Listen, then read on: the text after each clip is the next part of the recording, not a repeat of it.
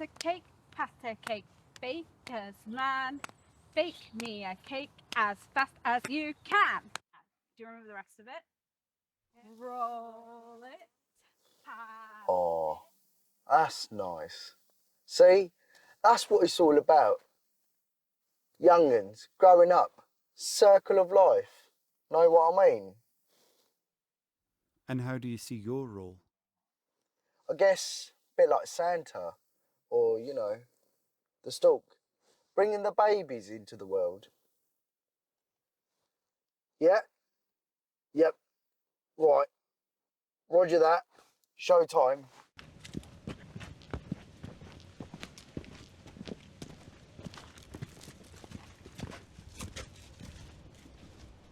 On this day, 23rd September 2056, I hereby declare the forcible investigation of the residents of 43 Regent's Avenue legal and necessary.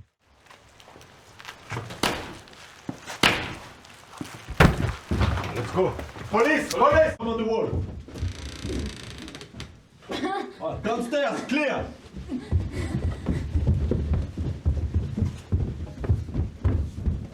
Police! Under Section 12 of the Genesis Act, I'm placing you under arrest, pending further investigation. Quiet. Sarge. Wait, look, that's not ours. That's not ours, alright? That's not ours. We're holding on to that, alright? That's not ours. Hold it. Are you done for? Wait, what? Wait! Let her go! Let go of her! Can you explain in your own words why you believe the Genesis Act is so important? It's quite simple, really. Global birth rates are in decline, and a modern economy cannot function without workers who provide the supply and customers who provide the demand. It's that simple. So it's a matter of economics then? Well, that makes it sound rather callous, but in a way, yes. And why do you think that people are not having children? What's the main factor behind population decline? Well, I would have to say selfishness and a lack of good old-fashioned values. Spoiled, I'd say. Were you aware that you were declared able to conceive under the Genesis Act? I want representation. How long have you been in a sexual relationship with Miss Stevenson? You are aware that the use of contraception and contraceptive techniques are illegal under the Genesis Act. And? What are these? So is there any justification? For the Genesis Act? Yes. Well, it depends. If a farmer finds that his livestock are not breeding, he might as well use artificial insemination, or force a fertile male and a female into close proximity with one another for an extended time. His justification would be, my business is suffering because my livestock are not procreating. So you do think there is a justification? Well, as I said, it depends. On what? On whether we, the human citizens of Great Britain, are livestock, and if so, who owns us? It could only possibly be those in power. How do you see the depopulation crisis? It's a shame, isn't it? These streets used to be full of people. Now all you see is houses empty. I mean, look here. It's supposed to be filled with kids playing. What's going to happen when there's no people left?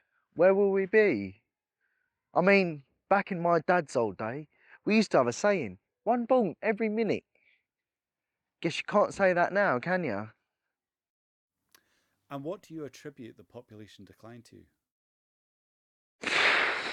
No, on the contrary, I don't think it's a mystery. On average, it costs around £500,000 to raise a child now.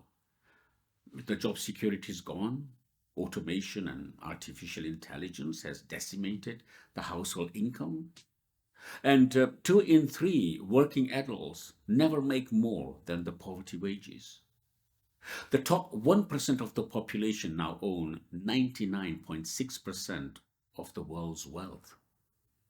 And how does that translate into population decline? Well, let me put it this way. Some animals, such as bears, which are bred in appalling conditions in captivity, need to be separated from their offspring immediately after birth. Bear? Why? Because if not, they will kill their own babies. And why is that? Because an intelligent mammal would rather kill its child than have live in torment. That's what's happening with so-called Genesis Act. People are refusing to procreate because of the conditions that governments and corporations have created. And so, procreations must be artificially enforced.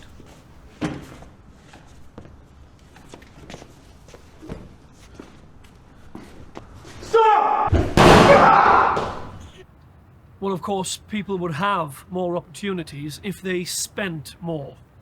All this talk of wealth inequality, I mean, it's just sour grapes, isn't it? People just don't seem to want to do a day's work anymore. They seem to think there's a magical money tree somewhere. Well, in a way there is. It's called hard work. Environmental pressures? How do you mean? Yes, the idea that people aren't having children because the world is too horrible a place to bring children into. That artificial intelligence, unemployment, massive national debt, direly unaffordable higher education, historically high rates of inflation, astronomically expensive housing and so on, that these factors are somehow making parenthood unappealing. I mean, people have always done it, haven't they? Through the Great Depression and the plagues and what have you. Why people are choosing not to have kids now, I don't know. What's changed? If you think the world is a beautiful place, then it is. And if you don't, I guess it's up to you.